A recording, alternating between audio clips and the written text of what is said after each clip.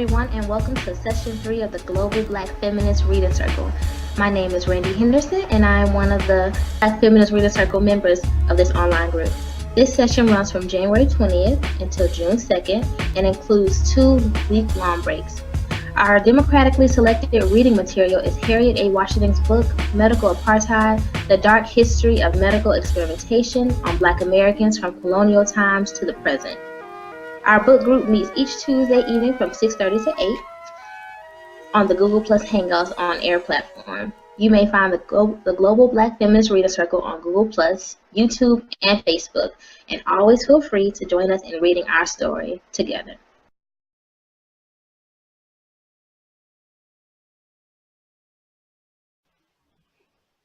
I am Joel Jones from Charleston, South Carolina. I'm your moderator for this afternoon.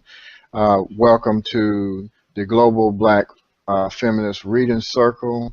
Today is March the 3rd, 2015. Today we will be covering Chapter 5, The Restless Dead, Anatomical Dissection and Display. At this time, we would like to go around the Google Earth here, and would like everyone to introduce themselves. My name is Georgette Moses. I'm participating from Columbia, South Carolina this evening, and I look forward to our usual deep discussions about this chapter and book. And we just had a new person. I think she's muted though. Came on Purify Love. Michelle Odom. I am in Brooklyn, along with Randy Danielle. I'm one of the co-hosts of the Global Black Feminist Reading Circle. We are in session 3, which runs through June 9th of this year, reading Medical Apartheid, The Dark History of Medical Experimentation on Black Americans from Colonial Times to the Present. You can look for us on Google Plus or YouTube or Facebook to learn more about us or to join our community on Google Plus to get updated on everything that's happening and find links to get into the conversation. So welcome, and I'm happy to be here. Wasn't sure I was gonna make it tonight, Joelle. Okay. I'm Kim, and this is my daughter, Johnny. Hi. Hi. She just came in.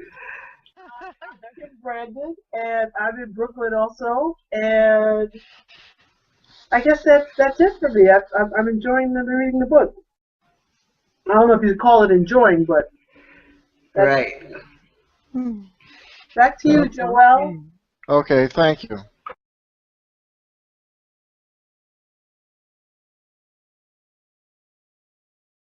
The chapter illustrates the horrors of a medical apartheid. The author, Harriet A. Washington, gives several accounts of the roles of individuals, institutions, and government policies that allow the degradation of African Americans across the country. Reading the excerpt, no place in the United States offers a great opportunities for acquisitions of anatomical knowledge, subjects being obtained from among the colored population in significant numbers for every purpose, and proper dissection carried on without offending any individuals in our community. This was advertisement for the South Carolina Medical College, which is MUSC down here in Charleston. The above advertisement signifies the attitude of society at that particular time. However, as you read through this chapter, the dates are not as distant in the past as one may think. Today, 29 states have what is called presumed consent, statutes which allow the coroner to harvest organs of individuals without prior permission. In 1997, the Los Angeles Coroner Office was found to have sold more than 500 pairs of coronaries to a year to an eye and tissue office transplant bank. 80% were from blacks and Latinos whose coronaries had fetched a profit of 1,000%. After reading this chapter and book, I have a better understanding why African Americans, the poor and underserved citizens in our community, have distrust for the medical corporation. I also look at every university that has a medical school and wonder what atrocities happen there. And that's what I do now. As we go further into the reading, we're going to see that if you got a medical university, you know, around us, or whatever happened, and whatever medical advances, it was done with our bodies, Right, dead or alive.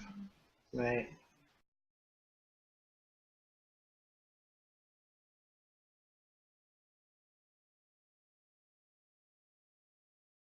I'll read, see, watching the bones. For many, the final manifestation of medical racism is the post-mortem display of African American bodies. Without their consent, stuffed, mummified, or skeleton black bodies have been displayed in doctor's office, anatomy laboratory, museum, traveling sideshows, and even private businesses. Some libraries and physicians still possess books bound in the skins of African Americans, souvenirs that were typically bought from grave robbers. Even in death, African Americans were bought and sold. They put my mother on display like a monkey in a zoo, complained the retired Brooklyn teacher Frances Oglesby in 2001 as she announced her suit against the Medical College of Georgia for the returns of her mother's remains and $800,000 in damages for pain and suffering. All that remains of Mrs. Betsy Wilborn is a skeleton that hung on display for half a century in the pathology laboratory of the same school that hid African American bones in the basement. However, Miss Wilborn, a poor, frail African American woman who lived in Lincoln County, 60 miles northwest of Augusta, was consigned not to obscurity but in display as an object of horrible wonder. Why? Why? She suffered from Paget's disease, a bone disorder that deformed her skeleton so monstrously that she died of the ailment in 1950 at the age of 28. Augusta surgeon Peter B. Wright fully explored Wilborn's crippling bone deformities when he performed her autopsy, which he vividly described in the 1951 Journal of Bone and Joint Surgery article. Wright then removed the flesh from her body and reconstructed her skeleton, which he displayed at that year's winter meeting of the American Academy of Orthopedic Surgeons in New York City. Her bizarrely arresting bony cage won Wright a medal of originality. Wilborn's family thought she had been buried. After this family sued, the MCG eventually agreed to return Wilborn's remains and pay for her burial. However, Ogilvy's lawyer advised that this would destroy evidence central to her suit, so she refused. A Georgia Court of Appeal ruled against the family in 2004, noting that the school had been immune from lawsuits when her mother died and that She waited too long to sue. Wilborn's skeleton still hangs in the MCG, jealously guarded from all but MCG eyes. Well, question 6. Should Wilborn's family have taken, I'm going to read all of them, then we can just jump through. Wilborn's family, should the Wilborn family have taken the school first offer? 7. What do you think about the court's ruling? 8. How do you think schools are getting their cadavers today? 9. Should African Americans fear hospitals? 10. Would you donate your body to science? 11. How would you bury your loved ones today?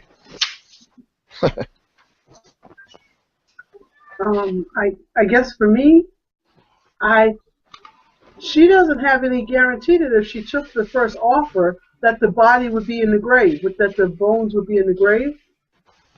So I just don't think there's any trust there. So I just don't see that being a solution to have somebody who has just been so incredibly disrespectful and to your people. You're gonna let them bury your people? And then the other question that comes to mind for me is, would I donate my body to science? And the answer is no. The other thing that comes to mind, having read this chapter, I just always felt that I'd be cremated, and now I don't know if if what's in the box. I don't know if.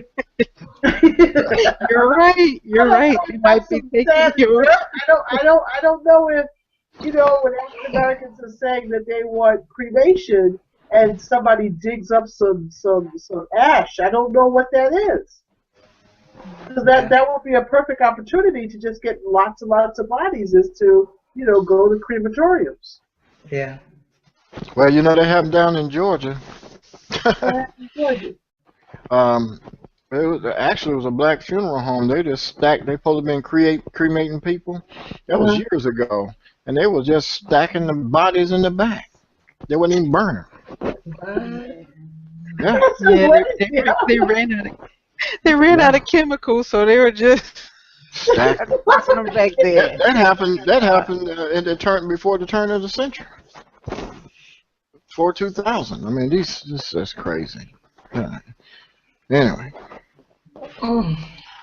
Anybody else? Georgette, Michelle? Oh, well, I used to have on your driver's license, would you be an organ donor? But I've since changed it because after doing some research about the big organ organ stealing business, I don't want to be that that person that all the EMT had to do was one more thing to save my life, but because he's got a side deal,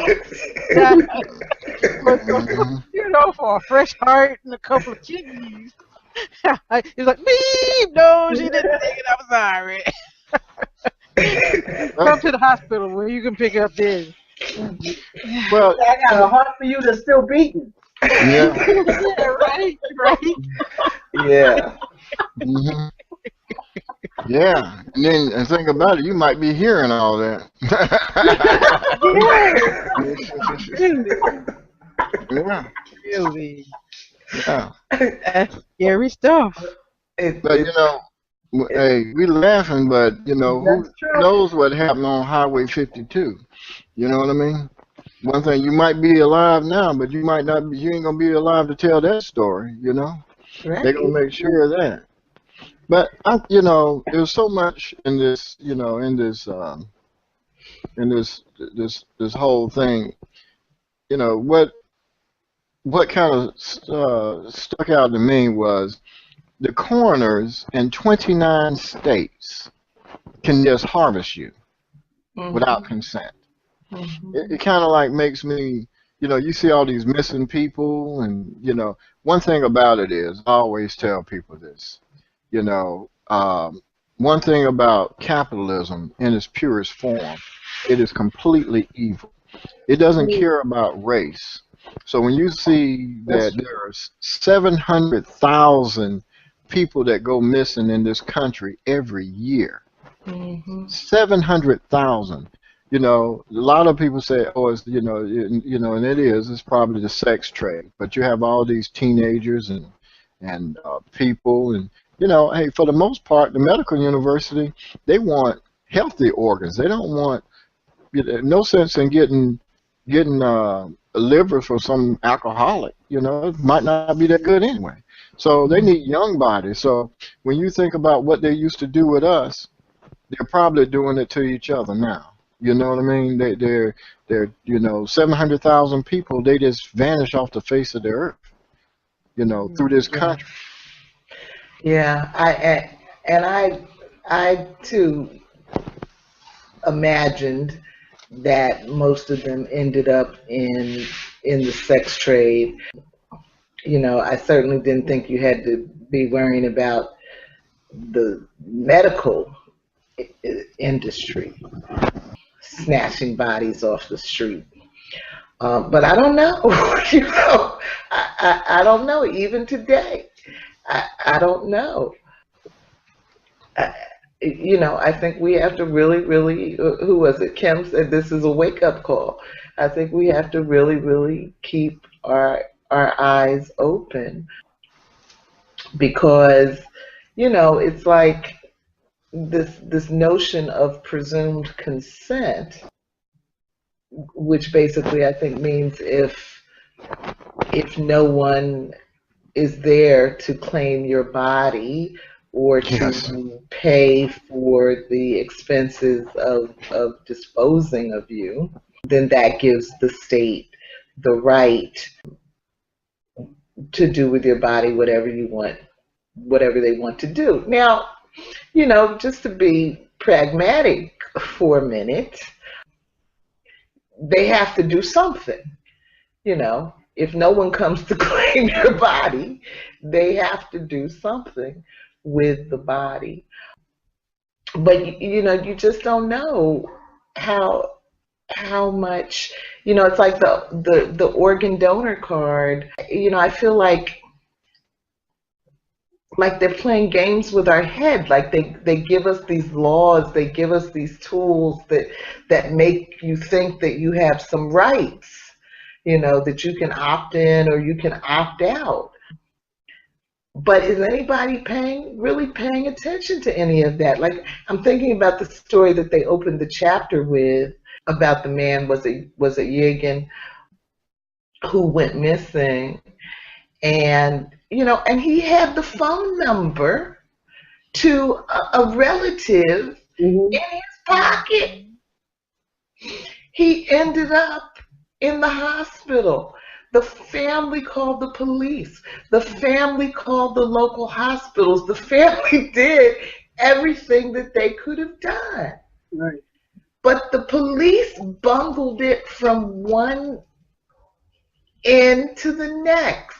And then even the hospitals, you call the hospital and you describe a man, 50-year-old black man, whatever, and he's laying in, in your morgue. And you said, no, we ain't got nobody like that. It's crazy. So it just feels like even if you have it feels like even if you've gone through all of the proper steps to plan, I don't know what we can really feel secure about. Very frightening stuff. I think what I also find frightening is that, I've lost 2 loved ones in the last 4 years, and at no point did we ask, once they got from the hospital to the undertaker, did they have all of their body parts in there? Right. Yeah. So even though you have the body, you don't know what's missing because you're grieving and you don't think to ask. So there was one example in the chapter where they said somebody's stomach had been taken. Right. So you just don't know, and you don't even know to ask. Right. And how much of that person is well, there. she didn't ask, so We presumed we had the right to take her stomach. Yeah. Yeah, that presumed consent. You know, like there's nobody around, so the coroner can say, well, we presume that they want to donate their bodies. Yeah. You know, and that was the law.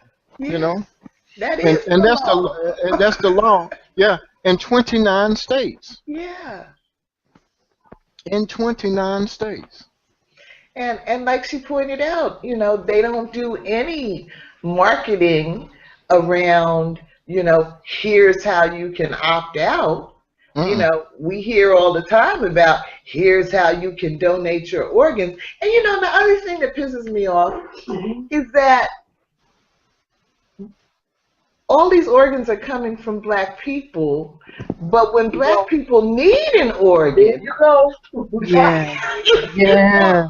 Isn't that the truth? They're always advertising. There are more black people to be donors, but we're probably already donors, right? we're probably already donors, and we're at the absolute bottom of the list for getting an organ if we need one. You know, so Yeah. it's just, And the thing about it is, does it matter what race you are anyway from the organ? So what difference does it make? yeah. Yeah. You know, whether you got a heart from a black person or a white person or whatever. You know. Yeah, and you know, and Kim's point about, you know, they're always talking about how inferior we are and how you know, less than human we are. But you know, so with this, so if we're so subhuman, then why are you taking our body parts to put in yours? That's right. Mm, And wow. I have to think on that line, you know, the propaganda of advertising about, you know, we need to donate, you know, you save a life, give your organs after death, kind of makes you think, oh, everything is just a benevolent, you know, institution, and Yes. we're doing good things. And Yes. still underneath, there's this undercurrent of profit for organs and education and training for organs or whatever else they're doing. But by this time, you would think they would know all they needed to know about what your heart and your liver and kidney are doing. Yeah. But and then I wanted to say something about the, you know, the courts role in this. When the few people who do stumble across, you know, something that's gone awry, and they take it to sue, do we hear about the successful cases, or do they just, you know, they filter the information out, so we only hear about those cases? Well, you know, they didn't win because of this and such, and then that might discourage other people from putting forth a case or even going to investigate what happened, you know, to their loved one. Right. So we, you know, we still have this, well, built up distrust not only of the medical system, but of, you know, the judicial system on top of that. Who is there to champion our cause? You know, it's just a decent human right, you know, from birth to death, and something's gone wrong, and I need some restitution. Yeah. Well, it was just like my partner. He told me about the sterilization in Virginia where they are. That stopped in 1979, okay, and where they're going back and make restitution of $50,000 per person.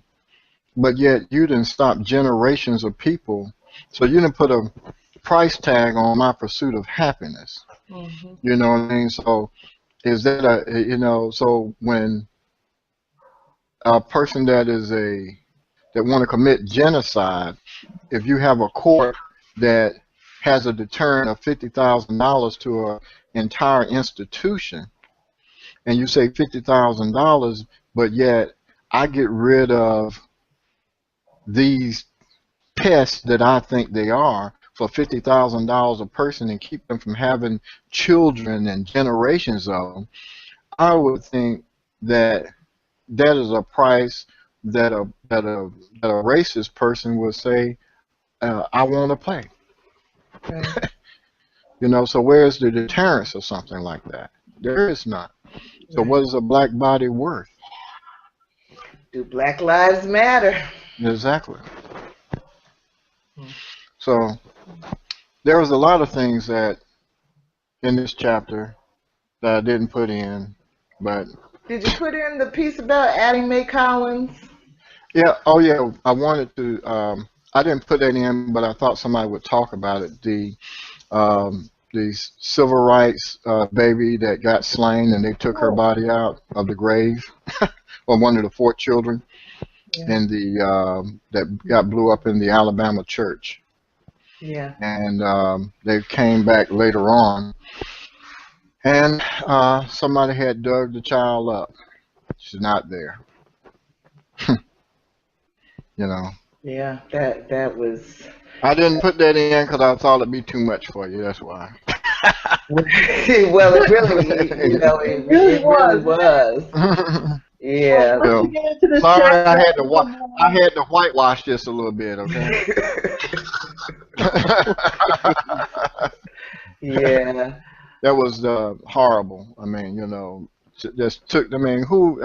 Just a savage just took that little baby out of there. You know. So, go ahead. I have a question. I guess I'm just wondering, what is our responsibility to each other as African Americans? If it just seems like if you know that you want to die in the summertime and you're saving all of this money to pay the insurance just to put, you know, grandpa in the ground, and you know that he's not going to stay there. You got him in his best suit, and you got him with his wedding ring on, and you put him in the ground. Somebody knows that he's not going to stay there. You know what I'm saying? The odds of him, and I'm talking about, you know, further years back.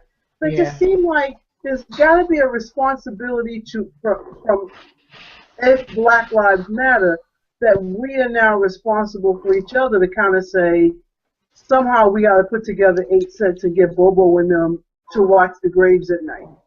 Yeah. I just think that at some point, what is it that we're responsible for changing as opposed to waiting for another system to change for us? Yeah. Yeah. This is the most horrific thing I've ever read. I'm sitting there feeling like I need a bath, a shower, or something. Yeah. And unless we do watch a something, cartoon we or can something. continue. I'm sorry? Watch a cartoon. That's what I always say. You have to, when you I may read have something to like watch something tonight, yeah, you have to watch a cartoon. That's what I always say when I watch something as dark as this. And I'm like Kim. I don't think I've ever read anything is quite as dark, and to think that it happened for hundreds of years, you know. Yeah. Maybe a couple of hundred, but they don't even freaking know. But I do have to say to you all that I think that bar none, this is the hardest chapter in the book, and that if you made it through this one, you will make it through the rest of the book. This is just as ugly as it gets. Michelle, I think you need a therapist standing by. Absolutely. I'm a disabled veteran, and most of that is not physical, so I have a therapist. Yeah, but no, I wish that a therapist would join our group. Yeah. You know, because we need one for this stuff. Yeah. But I talked to I work for a charity, volunteer for a charity called Closing the Gap in Healthcare, and like I told y'all before, the medical doctor in which runs the charity, he said that he had first started his charity, and then but what gave him the drive to make this an outstanding charity that it is that he read this book. And he was very surprised when I read this book. He's like, and he liked the way that we were doing it, you know, very scholarly, but he said that gave him the drive because he said that this book in itself gave him the, he said, because he said that we have suffered so many atrocities by the medical system, and in this country, he said that the name of the charity is called Closing the Gap in Healthcare, and he said the disparities that we have for closing the gap in healthcare, he said it's actually in our DNA. Mhm. He said it's actually in our DNA now, Yeah. and he said that without even telling each other, you know, without us even really knowing, he said that's the disparities that we go through, not going to the doctor or having fear of the doctor, not trusting the medical system at all. He said this is part of it. All of this, Yeah. all of this. But Yeah. In terms of Kim's point about our responsibility to each other, I this chapter made me think about. Well, to your point, I would say there's a whole lot of stuff we need to take responsibility for, including that. And this wasn't even. I think this hasn't even been on anybody's radar, because who thinks about your family members being dug up once you put them in the grave? And you know, I think about all the little old ladies that have struggled to save money for funerals and all the expense that we go to for funerals. You know, you're just not even thinking that they're not going to stay in the grave. There's a marker for the four little girls that I'm going to put in one of the videos that starts out saying something like, "Here is the final resting place," you know, for the four little girls. Well, we think when we put somebody in the grave, they are at rest. And that's what allows us to start to be at rest and have peace. You know, I don't even think anybody's thinking that there's a problem or a need to be met, because we're thinking when we put our people in the grave, that's where they stay, that's where they rest. So first we have to understand that, you know, that this is something we should be, one more thing that we should be concerned about. Georgette? Yeah. Oh no, I'm just agreeing with Michelle there, because we don't pay attention to things until there's a problem, and then often we're with it for those first, 15 minutes of it, and then if it hasn't affected us directly, we're not going to invest anything else into, the acknowledgement and rectifying this issue. We're like, okay, well, that's their problem over there in that state or that city, or that family. Not understanding this could happen to anybody and everybody. Probably it's happening to everyone. That's why, they constructed those mausoleums with those iron bars on them to protect their loved ones. But And but but even the who was white watching? even the white folks were saying, you know, that they don't even feel safe with all of the mort safes and the vaults Right, and all of that, right. Because who because was they. watching the body on the way to the mortuary? Yeah. Right? But you know, the other thing I wanted to say to that same issue about responsibility is like this story around Grandison Harrison, who was a black man, late 1800s, early 1900s, who was a slave, and we already talked about it, but you know, he was a slave, and he was bought by the medical school, and he was assigned the job of robbing graves from the black cemetery. And you know, and that's what I mean by we're all caught up in this system. Because as long as we're all saying that, well, I got to do what I got to do to survive, Yeah. then we can't ever challenge things we know in our bones are wrong. I think I think it was the week that we talked about the circuses and whatnot, when Randy was moderating. And I think one of her questions that we didn't get to on something was, what would you have done differently? Or, you know, what do you imagine you could have done in that situation? And, you know, and I think that's the conundrum. You know, what would we have done if we had been Grandison Harrison? Yeah. Not a lot of choices as a slave. He'd probably have ended up on one of those autopsy tables. That's right. Somebody ripping. Yeah. Right? That's right. Okay.